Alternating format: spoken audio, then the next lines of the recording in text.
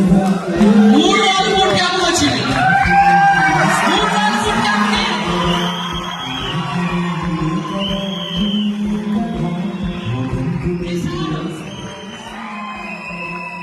నడవలేడు, ఎక్కడికెళ్ళా wheel చైరే.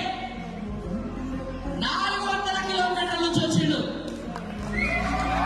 400 కిలోమీటర్ల నుంచి నడవలేడు, ఎక్కడికెళ్ళా wheel చైరే.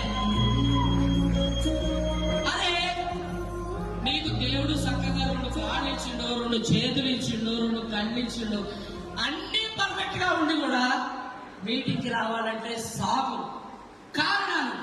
అరే వీళ్ళని చూసైనా సిగ్గు తెచ్చుకోవాలరా భయ్, మనం వీళ్ళని చూసైనా బుద్ధి తెచ్చుకోవాలి మనం.